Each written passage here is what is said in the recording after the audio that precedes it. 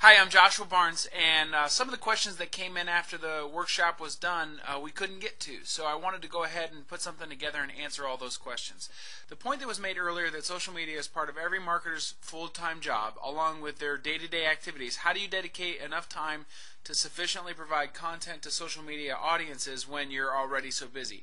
And I totally understand this question. So the first thing I would address is that you can't think of social media as a bolt-on. You can't say, well, I get up, I brush my teeth, I comb my hair, I put on my makeup, and then I do social media.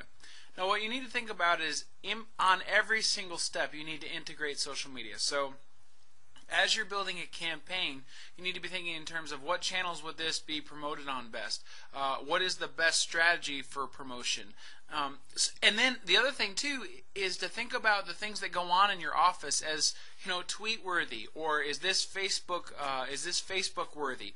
Think of your content in those senses, and then that way you're not really thinking about engaging in conversations or creating conversations and then having enough time to do all that. You're thinking about more of a way to communicate on the various social media networks based on all the activities that you're already doing. So, point blank, what you ought to do is you ought to have TweetDeck open all the time, right? So that you can, when something happens that's funny or interesting, or you come across a story, or you're doing your work and you have an epiphany, you can go, I think I'm going to tweet that, and just do it.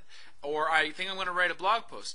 One of the ways that you make sure that you write a blog post is that you have relationships with people built up where you can say, I think I'm going to write a blog post about that, and then you're almost kind of like geared into having to do it because you promised somebody that you would. Sometimes letting people know what you're going to do is the best motivation to make sure that you do it. So I understand we're all very busy, but think about every activity in light of how you can talk to other people about it through social media, and then I think some of that, how do I bolt this on, conversation will go away and it'll make more sense. Good question.